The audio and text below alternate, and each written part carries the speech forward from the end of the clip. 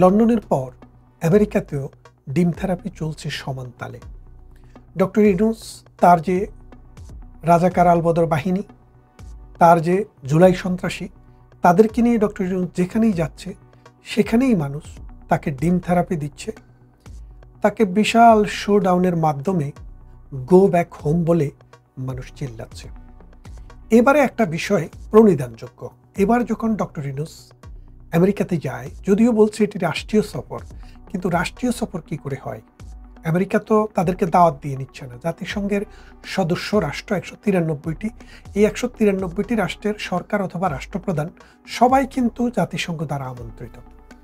এখন রাষ্ট্র কতজনের বহন নিয়ে যাবে সেটা রাষ্ট্রের ইচ্ছা। রাষ্ট্র সেটাকে রাষ্ট্রীয় সফর করবে নাকি সরকারি সফর করবে, বেসরকারি সফর করবে, সেটাও রাষ্ট্রের ইচ্ছা। আমরা অতীতেও দেখেছি রাজনৈতিক সরকার যখন ছিল তখনও বিশাল বহন নিয়ে প্রধানমন্ত্রীকে বা প্রেসিডেন্টকে এই জাতিসংঘের অধিবেশনে যান। তো এবার সাম্প্রতিক সময়ের একটা কমন ফেনোমেনা হচ্ছে ডক্টর ইউনূস যেখানেই যাচ্ছে সেখানেই জনগণের রোষে পতিত হচ্ছেন। এই জনরোষ থেকে বাঁচতে এবার ডক্টর ইউনূস তার সাথে করে বিএনপির 2 জন নেতা, জামাতের 1 জন নেতা এবং এনসিপির 1 জন নেতাকে নিয়ে গেছেন। তো নিয়ে যাওয়ার পরে তার ধারণা ছিল তারা মনে হয় ভালো একটা ট্রিটমেন্ট পাবে, অর্থাৎ তাদেরকে কেউ পচা ডিম মারবে না, তাদের বিরুদ্ধে কেউ কালো পতাকা প্রদর্শন করবে না, তাদের গলায় জুতা দেওয়া ছবি রাস্তায় প্রদর্শন করবে না। কিন্তু তা হয়নি। বিএনপির লোকেরা ওই কানাগলিতে যাই দাঁড়িয়েছিল, জামাতের লোকেরাও তাদের নেতাকে নিয়ে ব্যস্ত ছিল। ডক্টর ইউনূস এবং তার পালিত পুত্র যে এনসিপি, তাদেরকে কিন্তু কেউ পাত্তাই দেয়নি। এখন শেষ পর্যন্ত কি হলো, ডক্টর ইউনূস একটি বিশেষ দরজা দিয়ে বিশেষ সিকিউরিটি নিয়ে একা একা চলে গেল। আর ফখরুল, এই পাটোয়ারি যারা এবং জামাত নেতা, ওদেরকে ছেড়ে দিল একা, মানে আলাদা পথে, যার কারণে জনরোষে পতিত হলো। আপনারা দেখেছেন এই পাটোয়ারি, এই রাজাকার পুত্রকে, এই 71-এর ঘাতক দালালদের যে মানে প্রতিনিধি, তাকে জনগণ বেদম প্রহার করেছে। কি দিয়ে? ডিম দিয়ে, তাও আবার পচা মুরগির ডিম। এই পচা মুরগির ডিম দিয়ে যেই পরিমাণ অভ্যর্থনা আমেরিকাতে তারা পেয়েছে সেটা মনে হয় তাদের বাকি জীবনে মনে রাখবে। একটা জিনিস খেয়াল করে দেখেন, তারা লন্ডন যাচ্ছে, লন্ডন যখনই আসতেছে তারা এই রকমের অভ্যর্থনা পাচ্ছে। তারা আমেরিকায় যাচ্ছে, সেখানে অভ্যর্থনা পাচ্ছে। জাপান গিয়েছে, সেখানেও এরকম অভ্যর্থনা পেয়েছে। এখন ইউরোপের যে দেশে আসুক, যেগুলো সভ্য দেশ, এরকম কোনো দেশে গেলে তাদের কিন্তু রক্ষা নেই। বিষয়টা যদি খেয়াল করে দেখেন, ব্রিটেনে, আমেরিকায়, অস্ট্রেলিয়ায়, কানাডায় বাংলাদেশের টোটাল যে পপুলেশন তার একটা ছোট্ট অংশ থাকে। ধরেন 18 ভাগের 2 ভাগ বা 18 ভাগের 1.5 ভাগ, 1 থেকে 1.5 কোটি মানুষ পৃথিবীর বাইরে থাকে, আর 16 থেকে 16.5 কোটি মানুষ বাংলাদেশের ভেতরে থাকে। এই 1-2 কোটি মানুষের মধ্যে যদি ব্রিটেন, আমেরিকায় এই পরিমাণে আওয়ামী লীগের উপস্থিতি হয়, অর্থাৎ বিএনপির চাইতেও বেশি, জামাতের চাইতেও বেশি, এনসিপির চাইতেও বেশি, তাহলে বাংলাদেশে যদি আপনি খেয়াল করে দেখেন, তাহলে বিএনপির চাইতেও বেশি, জাতীয় পার্টির চাইতেও বেশি, এনসিপির চাইতেও বেশি, জামাতের চাইতেও বেশি। অর্থাৎ একক দল হিসেবে বাংলাদেশে যে সবচাইতে বেশি মানুষ, সেটা হচ্ছে বাংলাদেশ আওয়ামী লীগ। এই বাংলাদেশ আওয়ামী লীগকে নিষিদ্ধ করার চেষ্টা হচ্ছে এবং তাদের কর্মকাণ্ড বাংলাদেশে নিষিদ্ধ আছে। বাংলাদেশে নিষিদ্ধ থাকার কারণে এই যে ইউরোপ, আমেরিকা, অস্ট্রেলিয়া, কানাডা, যেখানেই ডক্টর ইউনূস যাচ্ছে সেইখানেই মানুষ তাকে প্রতিবাদ করে বুঝিয়ে দিচ্ছে যে বাংলাদেশ আওয়ামী লীগ বাংলাদেশের জন্মের সাথে জড়িত, বাংলাদেশের ইতিহাসের ছাড়াতে জড়িত, মহান মুক্তি সংগ্রামে নেতৃত্ব দানকারী দল। এই দেশকে একটা ফকিন্নি রাষ্ট্র থেকে মধ্য আয়ের দেশে উন্নতি করা যে দল, সেই দল আওয়ামী লীগ। যেই দল পদ্মা সেতুর মতো বিশাল কর্মযজ্ঞ করেছে, সেই দল আওয়ামী লীগ। যেই দল মেট্রো রেল করেছে এবং বাংলাদেশের চট্টগ্রাম থেকে কক্সবাজার পর্যন্ত রেল লাইন করেছে এবং অসংখ্য ফ্লাইওভার, রাস্তা, ঘাট, ব্রিজ, কালভার্ট, স্কুল, কলেজ, বিশ্ববিদ্যালয়, মসজিদ, মন্দির, মক্তব, মাদ্রাসা সব কিছু করেছে, সেই দলটিকে আপনি ব্যান করছেন। কেন করছেন?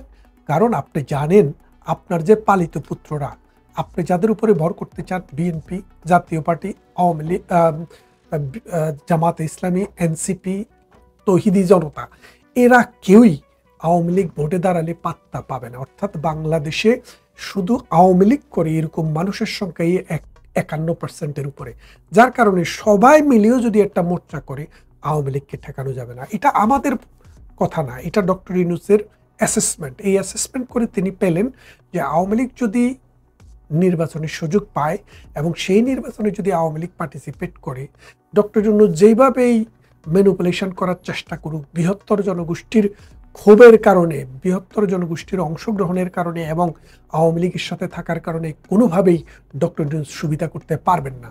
তাই তিনি তার যে পরামর্শদাতা, তাদের সাথে পরামর্শ করে বাংলাদেশ আওয়ামী লীগকে নির্বাচন থেকে বাইরে রাখছেন। তাই আপনি কতদিন আওয়ামী লীগকে বাইরে রাখবেন?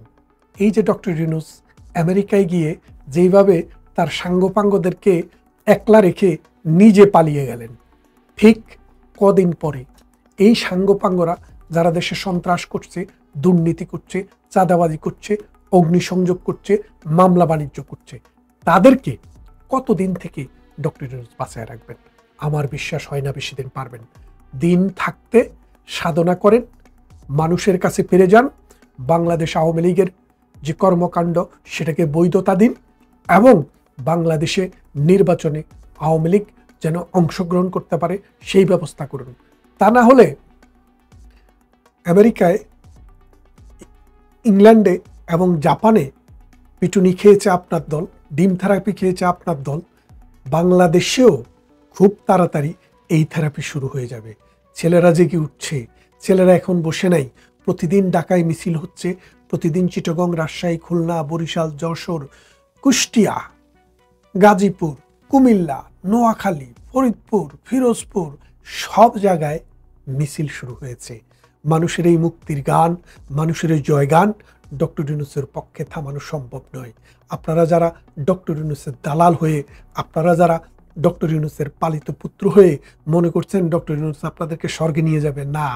এই আমেরিকার নিউ ইয়র্কে জন এফ কেনেডি বিমানবন্দরে যেভাবে আপনাদেরকে রেখে পিছনের দরজা দিয়ে উনি পালিয়ে গিয়েছেন, তার অনেক দেশের নাগরিকত্ব আছে। কদিন পরে যখন পারবেন না, তখন তিনি কিন্তু পালিয়ে যাবেন। আপনারা এই বাংলাদেশেই থাকতে হবে, এই বাংলার জমিনেই, এই মধুমতির তীরেই আপনাদেরকে মানুষ সলিল সমাধি করবে। তা না হলে আপনারা যে কাজ করছেন এটার প্রায়শ্চিত্ত হবে না।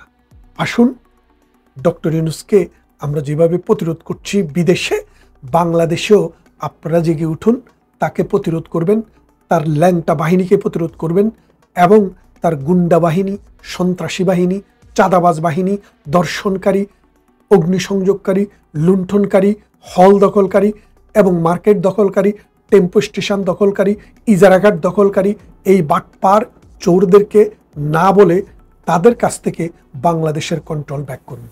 ভালো থাকবেন, কথা হবে অন্য কোনো ভিডিওতে, অন্য কোনো ইস্যুতে। জামাত শিবির জনতার কঠিন চাপে পড়ে মির্জা ফখরুল ইসলাম আলমগীর মুহূর্তের মধ্যেই পিছু হটেছেন। মির্জা ফখরুল্লাহ মিথ্যাবাদী, মির্জা ফখরুল্লাহ ভারতের দালাল, মির্জা ফখরুল্লাহ মোদির পুত, রাজাকারের পুত ভার্সাস বা প্লাস মোদির পুত আকাম করে ধরা খেয়েছেন। ধরা খেয়ে এখন চোরের মতো, চোর ধরা পড়লে যেরকম প্রথমে চেষ্টা করে, না না না ভাই আমি চুরি করিনি, আমি চুরি করিনি, মির্জা ফখরুল এখন সেই চোরের মতো বলার শুরু করেছে, ধরা পড়া চোরের মতো, না না না ভাই আমি চুরি করিনি। মির্জা ফখরুলের অবস্থা এখন এইটা। অবাক হচ্ছেন? This is reality. এটা একটা সুখবর যে বাংলাদেশে বিপ্লবী জনতা আছে। মির্জা ফখরুল্লাহ ভারতের কান্দে উঠে ধরা পড়ার পর সাথে সাথে মাপ চাওয়া শুরু করে, কিন্তু এইসব বাটপারি করে লাভ নেই। কথা একটাই, বিএনপির দিন শেষ। বিএনপি ভারতের দালাল। নতুন বাংলাদেশে ভারতের দালাল কোনো পার্টি থাকতে পারবে না। আগামী নির্বাচনে ব্যালট বিপ্লবের মাধ্যমে এদের কবর রচিত হবে। আওয়ামী লীগ পালিয়ে যাওয়ার সাথে সাথে বিএনপির সফলতা বগলে নিয়ে পালিয়ে গেছে। মির্জা ফখরুলের যে নোংরামি, যে ইত্রামি, সাগলামি যেটা ফাঁস হয়েছে, ভারতীয় মিডিয়ায় ভারতকে আব্বা আব্বা ডেকে বলে এসেছেন, আশ্বস্ত করে এসেছেন যে আমি আপনাকে আশ্বাস দিচ্ছি জামাতকে আর মাথায় উঠাবো না। কত বড় নোংরামি, ভারতকে আশ্বাস দেয়। এবং জামাতের 30 সিট অমুক তমুক হ্যাং ত্যাং কত কিছু বলেছে। আরো অনেক পয়েন্ট আছে, কয়েকটা পয়েন্ট জামাত রিলেটেড কয়েকটা পয়েন্ট নিয়ে না আলোচনা হচ্ছে। বিশেষ করে জামাত ইসলামী যখন মির্জা ফখরুলকে চ্যালেঞ্জ করে দিল, প্রতিবাদ জানালো যে মির্জা ফখরুলকে প্রমাণ দিতে হবে যে কোথায় জামাত 30টা সিট চেয়েছে, প্রমাণ না দিতে পারলে তাকে জাতির কাছে ক্ষমা চাইতে হবে। জামাত যখন বলেছে যে মির্জা ফখরুল প্রতিহিংসা পরায়ণ বক্তব্য দিচ্ছেন, তখন মির্জা ফখরুল চোরের মতো, চোর যেরকম ধরা পড়ে বলছেন, কিন্তু যাই বলুক ঘটনা আরো আছে, আমি সব ফাঁস করে দিব, মন দিয়ে শুনুন। মির্জা ফখরুল এখন প্রচার করছে বিএনপি মিডিয়া সেলের মাধ্যমে, কিন্তু ঘটনা তো এর আগেই ঘটে গেছে। মির্জা ফখরুলের সাথে যে চুরি করতে গিয়েছিল সেই তো বলে দিছে চুরি করছি, তাতে কি হয়েছে? এখন পিটানির ভয়ে যদি বলে যে না না না না ভাই আমরা চুরি করিনি, কাজ হবে, আপনার সহকর্মী তো স্বীকার করেছে।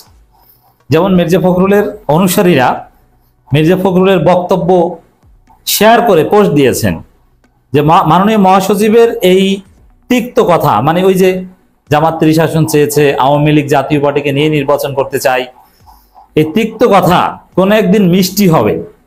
এর মানে বিএনপির লোকজন কিন্তু এটাকে সার্টিফাই করছেন, ওইটাই ঠিক, বিএনপি জাতীয় পার্টি আওয়ামী লীগকে নিয়ে নির্বাচন করতে হবে, এটা বলছেন। এর মানে সহকর্মীরা, চোরের সহযোগীরা স্বীকার করেছেন যে চুরি করছি কিন্তু ভালোর জন্য করছি। কিন্তু এখন মির্জা ফখরুল বলছেন, মির্জা ফখরুল প্রচার করছেন কি দেখেন, বিএনপি মহাসচিবকে নিয়ে এই সময়, মানে ভারতের ওই পত্রিকা, বিএনপির আব্বা, বিএনপির নতুন কেবলা, ভারতের এই পত্রিকা যার নাম এই সময়, সাক্ষাৎকারটি ভুলভাবে উপস্থাপিত হয়েছে, যা বিভ্রান্তিকর। আচ্ছা, এত বড় সাক্ষাৎকার কি ভুলভাবে উপস্থাপিত হয়েছে একটু বলেন না। জনগণকে কি আপনার মতো বোকাচোদা মনে করেন যে আপনি বলবেন আর জনগণ বিশ্বাস করবে? মির্জা ফখরুল আপনার মতো বাটপার রাজাকার পুত্র হয়ে মুক্তিযুদ্ধের চেতনা ব্যবসা করেন, এরকম থার্ড ক্লাস ইতর মনে করেন জনগণকে যে আপনি বলবেন যে ভুলভাবে উপস্থাপিত হয়েছে আর জনগণ বিশ্বাস করবে? কশ্চিন গেল না। আপনি ভারতের দালাল, আপনার দল ভারতের দালাল, মোদির পাঁচাটা গোলাম আপনার দল। আপনার দলকে বাংলাদেশের জনগণ ভোট দিবে না, এক পর্যায়ে দালালি না ছাড়লে বঙ্গোপসাগরে ঝাঁপিয়ে পড়ে আত্মহত্যা করতে হবে। অলরেডি আপনারা দেখেছেন না, বিএনপির আর এক মির্জা ফখরুলের বস ফজু পাগলা, চেয়ারপারসন উপদেষ্টা, সে তো মির্জা ফখরুলের বস, তাই না? বলেছে জামাত ক্ষমতা আসলে আত্মহত্যা করব, বঙ্গোপসাগরে ঝাঁপিয়ে আত্মহত্যা করতে হবে। দালালি করেন, আবার মিথ্যা কথা বলেন, বলছে ভুলভাবে উপস্থাপিত হয়েছে, যা বিভ্রান্তিকর। কি ভুলভাবে উপস্থাপন হয়েছে? এটা মিথ্যা কথা, সঠিকভাবে উপস্থাপিত হয়েছে। যদি ভুলভাবে উপস্থাপিত হতো তাহলে মির্জা ফখরুল্লাহ ক্লিয়ারলি বলতেন যে আমি এইটা বলেছি কিন্তু এরা বলেছে এইটা, এই তথ্যটা ভুল, এই তথ্যটা সঠিক। কিচ্ছু বলতে পারে না। আপনি বললেন ভুলভাবে উপস্থাপিত হয়েছে, এটাকে হাসিনার আমল যে ফাইজলামি মারাইবেন, এটা চলবে না। তো দর্শক, এখানে ভুলভাবে উপস্থাপিত, কি ভুল কোনো ব্যাখ্যা নেই, অথচ দীর্ঘ সাক্ষাৎকার, এরকম আন্দাজে বললেই হবে? মানে এগুলোর ব্রেইনও ঠিক নাই। একাডেমিক রেজাল্ট কি আমি জানি না, যদিও আমার রেজাল্টের ধারে কাছে না, এতটুকু আমি জানি। হোয়াটএভার, যাই হোক দর্শক, আর যদি আসলে ভুলভাবে উপস্থাপিত হতো তাহলে বিএনপির এই কেবলা, বিএনপির নতুন আব্বা ভারতের এই পত্রিকার কাছে রিজয়েন্ডার পাঠান সাহস থাকলে, বা পাঠিয়েছেন, সে রিজয়েন্ডারটা একটু বিএনপি মিডিয়া সেলে পোস্ট করেন যে না না এইভাবে আমার বক্তব্য ভুলভাবে ছাপানো হয়েছে। রিজয়েন্ডার দিতে পারেন নাই, আবার কি কি ভুলভাবে উপস্থাপিত তাও বলতে পারেন নাই, ফাইজলামি মারা দিচ্ছেন। মির্জা ফখরুল এখন জনগণের সাথে তামাশা করছে এই মোদির পুত্রাই, ভারতের দালালরা। অতএব এদেরকে কঠিন জবাব দেওয়ার জন্য প্রস্তুত থাকুন। বিএনপি মহাসচিব মির্জা ফখরুল ইসলাম আলমগীর স্পষ্টভাবে জানিস, আপনার স্পষ্ট, এরকম দালালদের স্পষ্ট কথা জনগণ দুলছে না, স্পষ্টভাবে জানিস। ওরে বাবা, আবার স্পষ্টভাবে জানায়, রাজাকারের বাচ্চা দালাল স্পষ্টভাবে জানায় কি যে ভারতের দৈনিক পত্রিকা এই সময় এই প্রকাশিত সাক্ষাৎকারে তিনি এ ধরনের কোনো বক্তব্য দেননি। তাহলে আকাশ থেকে এসেছে, রিজয়েন্ডার পাঠান নাই কেন? তা আপনি কি বক্তব্য দিয়েছেন একটু বলেন। সাক্ষাৎকারের ভিত্তিতে বাংলাদেশে বিভিন্ন গণমাধ্যম ভিন্ন ভিন্ন শিরোনামে সংবাদ প্রকাশিত হলো, এটি ভুল ও বিভ্রান্তিকর। কি বলতে কিন্তু বলতে, এটা ওই হাসিনার স্টাইলের কথা। হাসিনা এরকম বলতো যে আমাদের বিরুদ্ধে বক্তব্য সম্পূর্ণ অসত্য, মিথ্যা, বিভ্রান্তিকর, বানোয়াট, উদ্দেশ্য প্রণোদিত এবং জামাত শিবিরের সুপরিকল্পিত ষড়যন্ত্রের অংশ। ওই যে হাসিনার মুখস্থ করা আমি একটু শুনাইলাম, এগুলো মনে করছেন এগুলো কি চলে এই নতুন বাংলাদেশে, তথ্য প্রযুক্তির উৎকর্ষতার এই যুগে? আরে আপনারা তো ফাঁদে পড়েছেন। আপনি রিজয়েন্ডার দিলে ওই পত্রিকা তো বলে দিবে, এমনকি অডিও বক্তব্য কিনা ফাঁস করে দেয়। এই যে আমার কাছে রেকর্ড আছে, এখন কেন মিথ্যে কথা বলেন? মাইন্ডকে চিপে পড়েছেন মির্জা ফখরুল, আপনাদের দিন শেষ। আপনারা রাজনীতি থেকে অবসর নেন। লজ্জাজনক পরাজয় হবে আগামী নির্বাচনে, আপনাদের সেকেন্ড হতে পারবেন না। তিনি এই ধরনের সংবাদ প্রকাশে নিন্দা জানান। ওর বাবার নিন্দা জানান এবং জনগণকে বিভ্রান্ত না হওয়ার জন্য অনুরোধ করেন।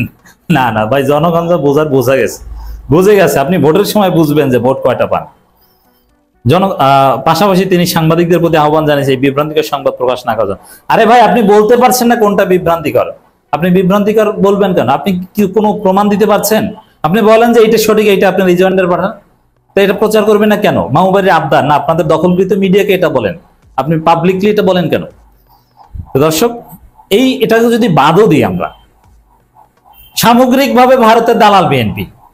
দেখেন আরো ভয়ানক কথা কি বলেছে, জামাত 30টা সিট পেয়েছে, এগুলো বাদ দিলাম, এটা তো জামাতের চাপে বিবৃতির ভয়ে একথা বলেছে এই পিছু হটা। কিন্তু 72-এর সংবিধান আমরা রক্ষা করছি, আমরা মুক্তিযুদ্ধের চেতনার, জাতীয় পার্টি আওয়ামী লীগ নিষিদ্ধ করা যাবে না, এটা তো পুরনো কথা। এটা কি নতুন? এটা মির্জা ফখরুল প্রকাশ্যে বলেন নাই? চুপ্পুকে রক্ষা করছেন না, 72-এর সংবিধান বিরোধিতা করছেন না। এই যে 72-এর সংবিধানের কথা বলছে, এটার অর্থ কি? এই যে জুলাই সনদ, জুলাই ঘোষণাপত্র নিয়ে যেগুলো কথাবার্তা হচ্ছে, এগুলো বিএনপি মানে না, এগুলো একটাও বাস্তবায়ন করবে না তাদের ক্ষমতা থাকলে। প্রমাণিত হয়েছে এই সাক্ষাৎকারে, তিনি বলেছেন আমরা 72-এর সংবিধানকে রক্ষা করছি, আমরা সেটা বিশ্বাস করি। আর 72-এর সংবিধানকে উল্টে পাল্টা দিচ্ছে এই জুলাই সনদের প্রস্তাবনাগুলো। বিএনপির সব দালালির রহস্য ফাঁস, বিএনপিকে রেড কার্ড দেখাতে হবে।